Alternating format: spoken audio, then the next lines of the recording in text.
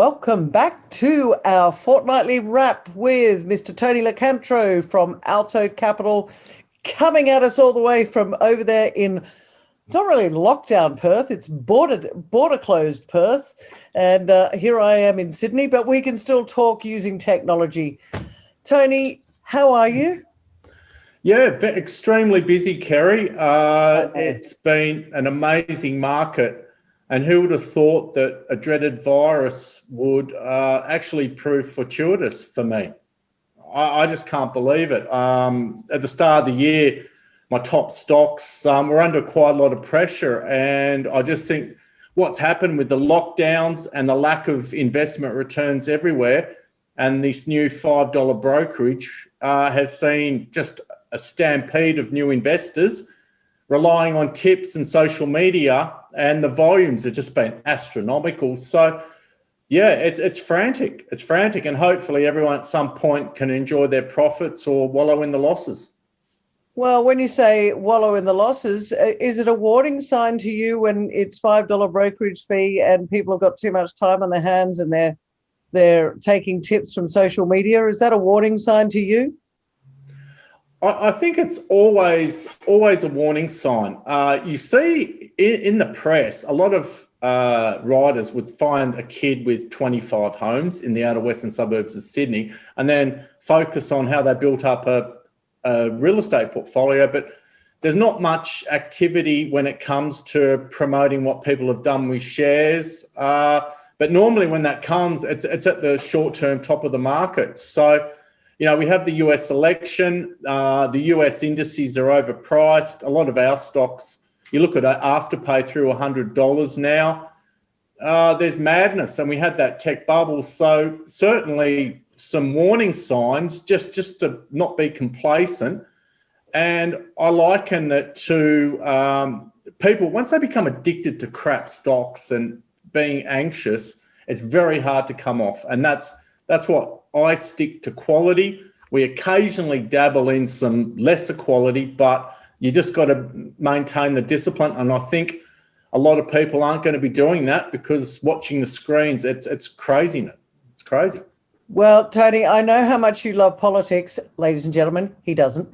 But we are 3 weeks out from the US election. I'm not following it too much, but you can't help it. Sometimes you just got to have a look at which clown's going to potentially come in and run that economy.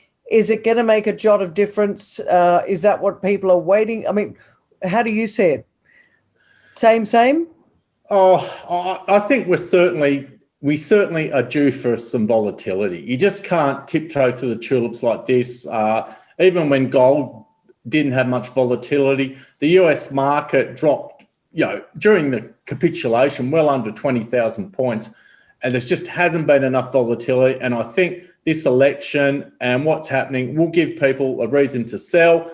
And I think we're in for a bit of a bitch slap, as I like to call it, because you just can't have that path to multiple returns without copying it.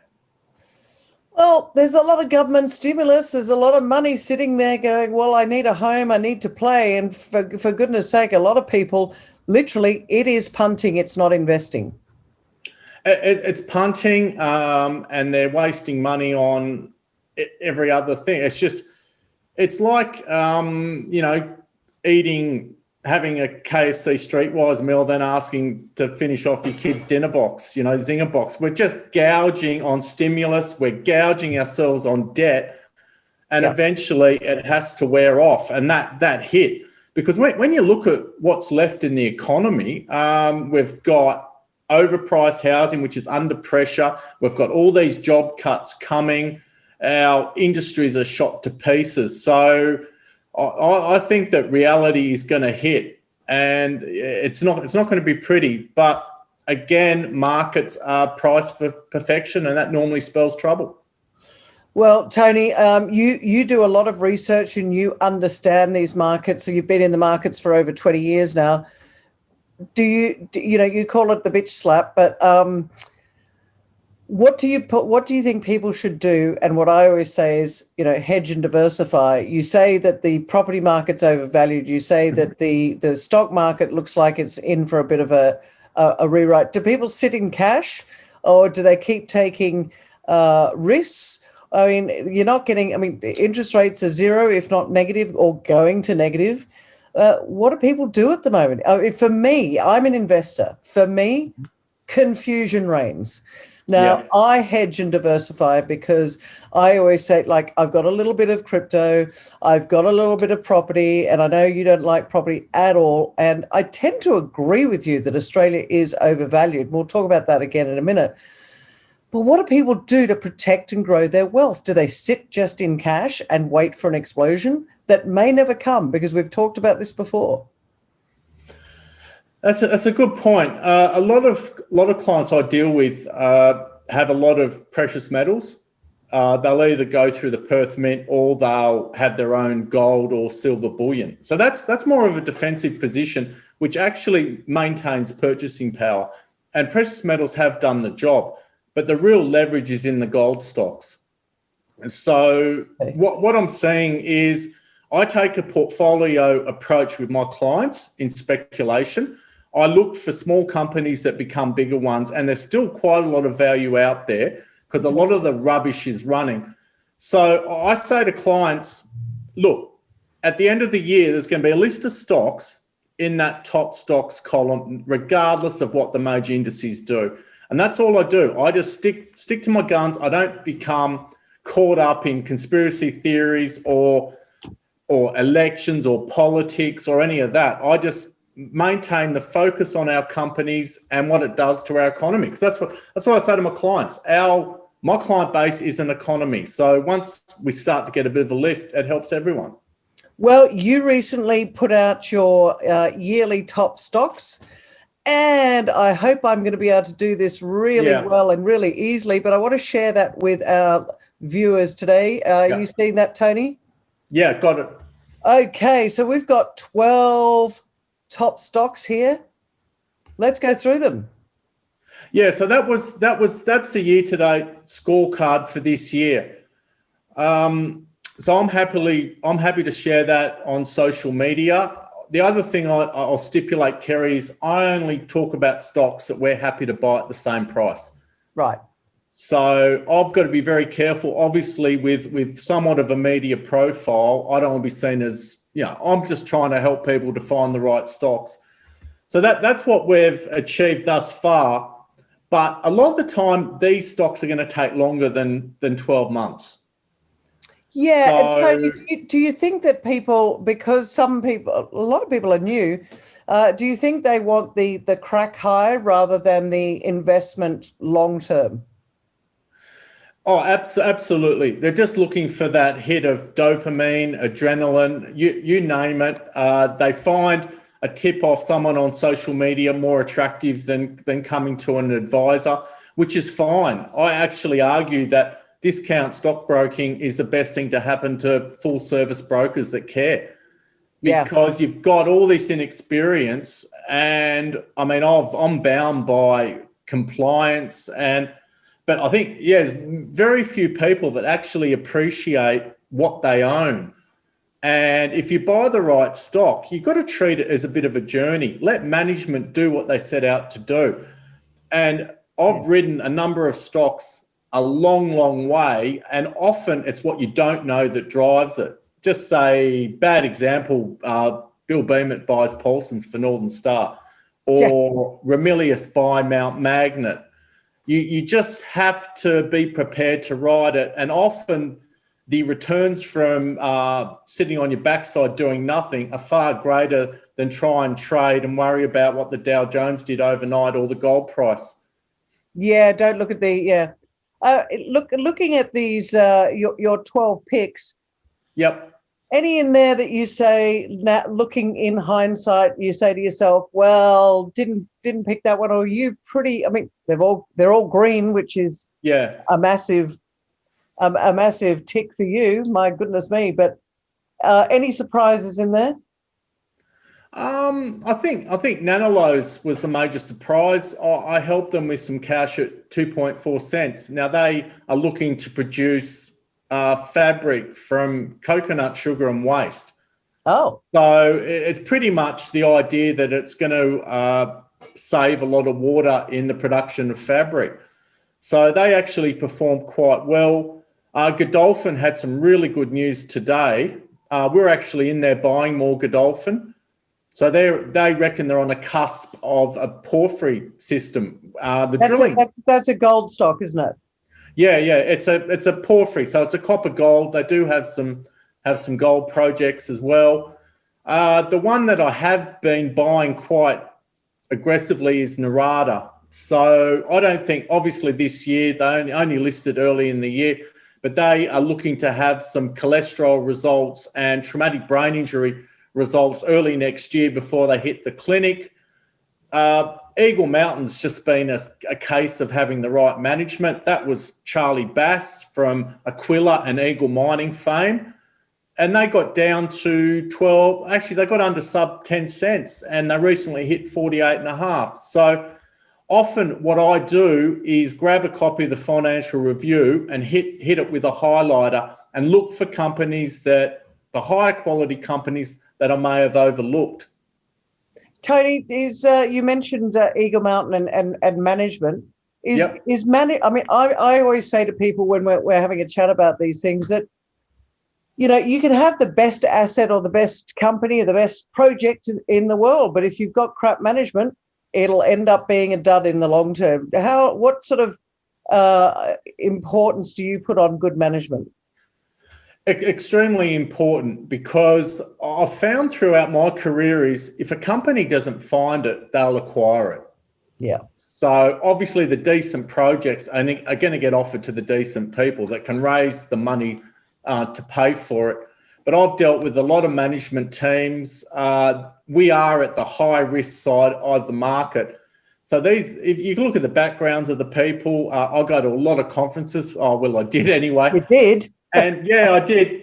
And, you know, I look at who's running these companies and there's some talented people. I look at Hammer Metals, which is doing okay. I mean, Dan Thomas is running that and he was the BD for Sandfire. And it has Ziggy and Russell from Gold Road, which he was on the drill rig when they found Gruyere. And I think, you know, 5 cents into $1.80 plus. And where are their assets? What are they doing? I haven't been following HMX. Yeah, they've got some WA gold assets. They've also got a joint venture up in Queensland with Jogmeg. You know, we're comfortable. I raised them a lot of money at 2.2. They're trading around 5, but that's the type of stock you put to sleep and let management grow the company, because I'm not saying anything I come up with is going to replicate what Northern Star did, but that's the type of stock that has the right ingredients to do that. Gold is, and you know, shameless plug here. We're doing a virtual gold conference on the 26th of November. And, you know, that's free to attend for all of you out there. 26th of November, go to goldevents.com.au and you'll see it there. But Tony, there's a lot of companies that, you know, once they were doing uranium or once they were doing nickel, now they're doing gold. Do you think there's a lot of crap in amongst the golden nuggets, excuse the pun?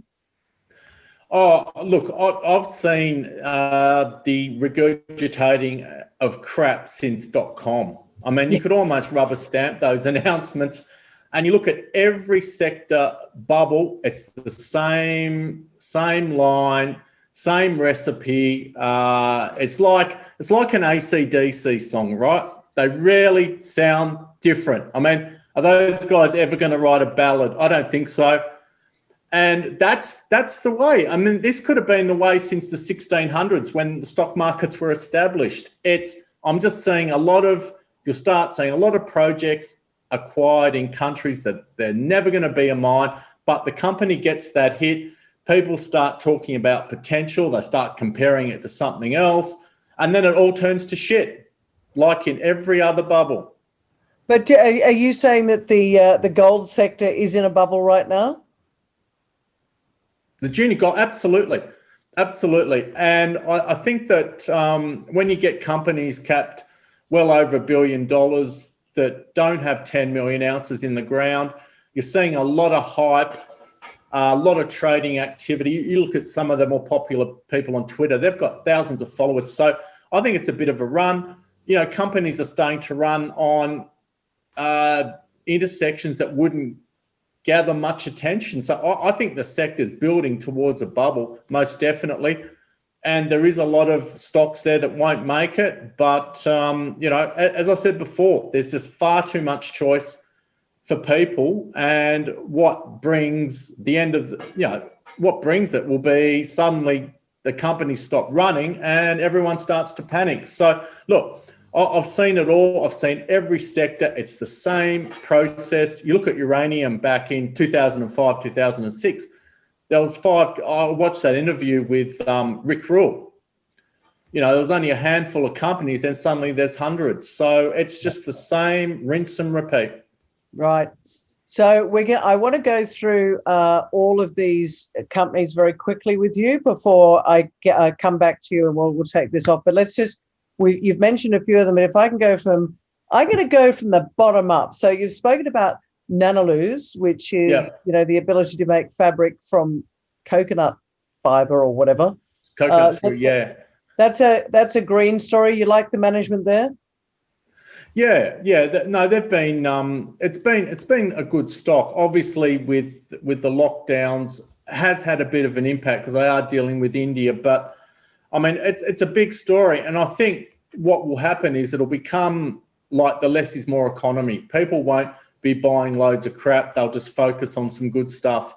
But again, the disclaimer is that we're in there at 2.4 cents, and they're currently around 7. So that's, yeah. Okay. Godolphin, we've spoken about.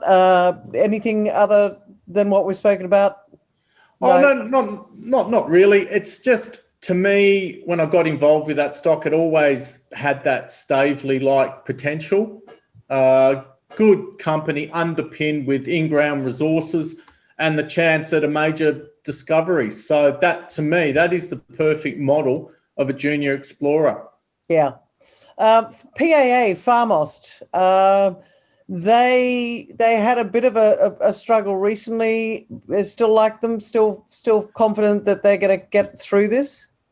Well, again, we got in at 2.5 cents, and the thing ran to about 27.5. So obviously, a lot of my clients would have de-risked it. And Elanco didn't exercise the option for Monty Pantle. They have had some success with Monty Pantle in relation to COVID, and they just got a decent grant. It was about $880,000 for motor neuron disease.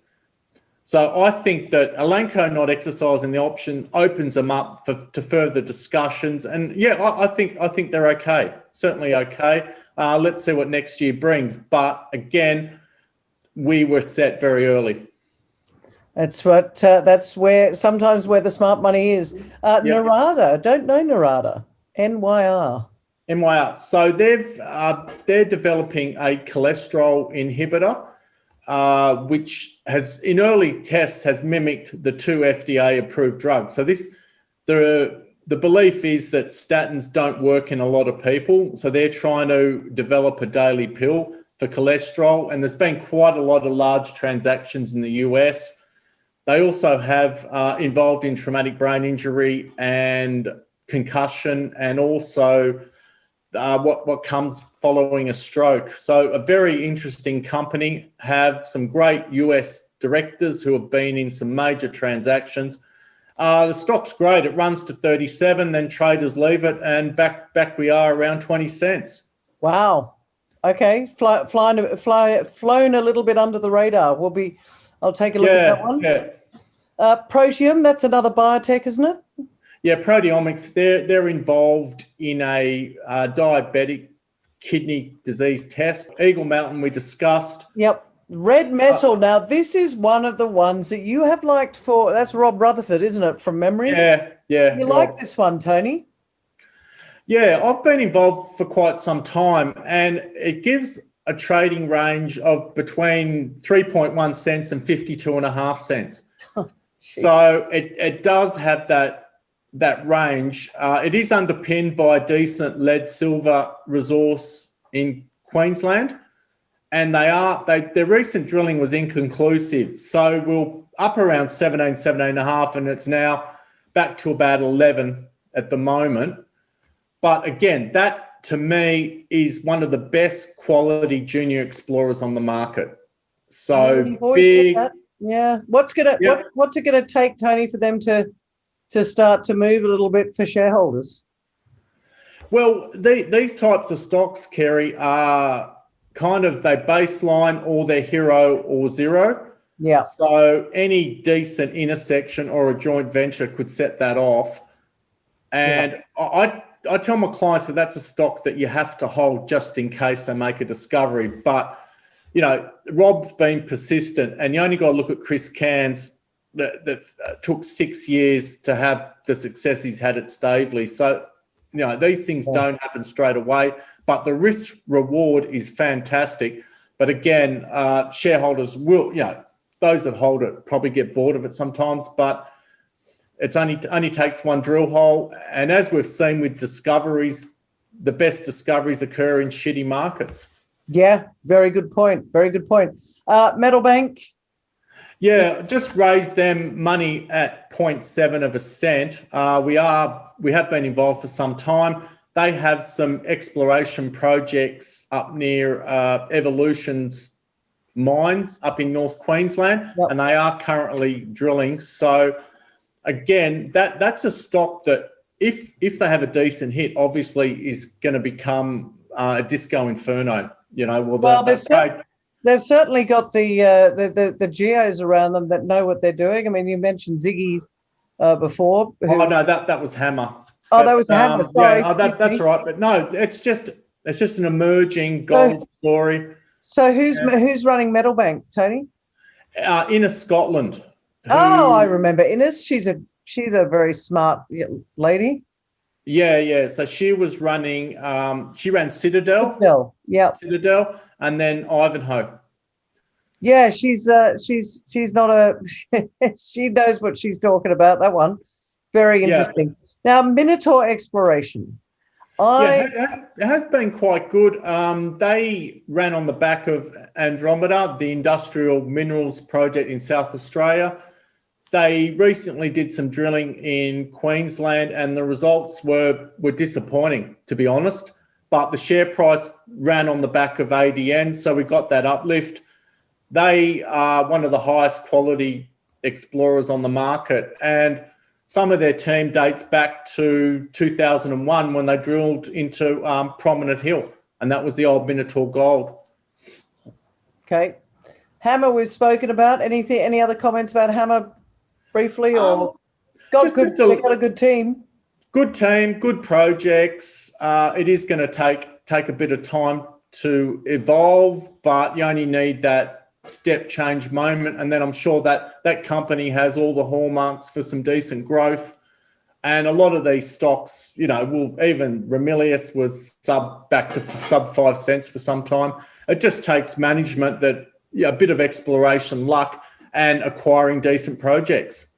And even if the market has a little bit of a pullback and gets a bit frothy, it's still okay. You know, don't worry about it. If it's got a good team, you're still okay. I mean, it's not a given. It's high risk. These are exploration companies, ladies and gentlemen. It's always high risk. Well, they got smacked down to 1 cent in March, and I actually had clients that came in quite heavily. And I guess when you get that fear, people will just sell for the sake of it. Bids get pulled, and suddenly they've got nothing to sell into.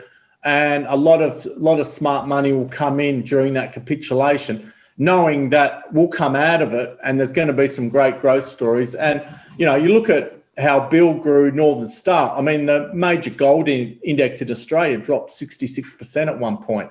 Yeah. So you've just got to ride the lows. You got to hold it, know when to hold them and know when to fold them. Exactly. Adalta, a nice run to this. They have a alliance with GE Healthcare, and they're actually starting to earn some revenue from that. Okay. So that's not a too big company. They're in the clinic at the moment on a AD214, which is based on a shark antibody for the treatment of IPF, idiopathic pulmonary fibrosis. So we're still in there. I still think that's a buy. They're around 12.5, 13 cents. But I think people got to look at the fact that GE Healthcare are involved and they're paying them. So that's a great story. Yeah, well, GE Healthcare aren't going to go with, just anybody, are they? So they No. do their due diligence. Yep. And last but by no means least, Exo Farm. Yeah, now this is a very exciting stock. I should make it quite clear that I was involved in the IPO from the ground up. So this And when was that, Tony? When was the IPO? We listed that in A while ago? 2018, late 2018. Okay. Yeah, so that was quite a process. Very exciting new field of medicine called exosomes. Oh, So I've heard of this. yeah, it's part of it's they're basing on the fact that it's part of the cell that could do all the work, that could help deliver drugs, could help treat diseases as well. So the belief is that it could, develop into a new class of medicines to rival stem cells. And they have fantastic management. Dr. Ian Dixon, who knows a lot about exosomes. And what they've been doing is building a company really experienced in the manufacture of EVs, exosomes, and there are some ex-CSL consultants involved, and he's building a serious company. But again, there is some placement stock that will come out post-meeting, which was issued at 24 cents. So, there's always going to be a little bit of selling pressure from a placement, but this is the stock I am going to put some paper in a can for 5 years and just sell dribs and drabs over 5 years, because sometimes your best trading tool is your backside. Hey, we're running out of time, Tony. There's so much I want to ask you, so many things, but listen, there's lots of different sectors out there at the moment. Give me your top three that you're looking at and say to me, buy or sell. Well, how's that for a generalist question at the end? Yeah. Well, I think the gold sector, the small cap golds is hot at the moment. So there's going to be a lot of excitement in that sector. I've also started revisiting uranium. Interesting. Again, I think viewers should go back and watch that interview with Rick Rule. Well, I've got another one with John Borshoff from Deep Yellow. He's as well. An overview as well. So that's look, Tony, we won't go into too much detail, but I just look at uranium and say it's probably one of the cleanest fuels that we can use, and I don't understand why it's just not one of the energy sources that is taken up around the world. It's everyone seems to be frightened that we're going to have a nuclear explosion, but technology has moved on in leaps and bounds. Well, it all stems back from Chernobyl and Fukushima. Yeah. So, those two events have probably affected its uptake. But uranium is contrarian as you can get. But, I was there 2005, 2006, and that was it was batshit crazy. But look, I don't think we're going back to those times, Kerry, but I think uranium's probably the best contrarian play on the market. And there's not as many companies in there at the moment, so you don't have that much to choose from. Yeah, I mean, when the money comes, it's like trying to suck an ocean through a straw. But there's always the fast adapters. So suddenly uranium's hot, you're going to have 50, 100 uranium companies that suddenly just appear out of nowhere, as with any market bubble. And are those the ones to watch out for, Tony, the ones that pivot from, I don't know, one sector to another, and that's when you go, no, don't touch it? But you can make a lot of money if you buy early. So I guess with the spread of social media, a lot of stocks are going to run regardless. And my third sector is certainly, I think biotech is going to be where it's at. And, my view is that the long-term effects of COVID aren't known yet, because it's only early days. So anyone that can show some success, the major companies have the vaccines, but anyone that can show respiratory success, fibrosis, lung issues, major organs that will assist with that process is going to do well. So I've long predicted a biotech bubble, but I think it's upon us. So you heard it here first, ladies and gentlemen. Tony's top picks: gold, uranium, biotech. But you got to be careful of which companies within that sector. There's a lot of them out there. Tony, if people want to reach out to you, what's the best way for them to do that? Just Tony at altocapital.com.au. And the response has been great. So I'm actually drowning in admin. So my focus is to buy low, sell high. Don't inundate him, because we need him to do his to go and do his research as well. He can't just do admin. That's not going to do any of us any good. So don't all inundate him. Yeah. Tony, always great to chat to you. We'll see you in a fortnight's time, and maybe we'll focus in a little bit deeper on the uranium sector at that time. Yeah, look forward to it. Thanks, Kerry. Thanks, Tony.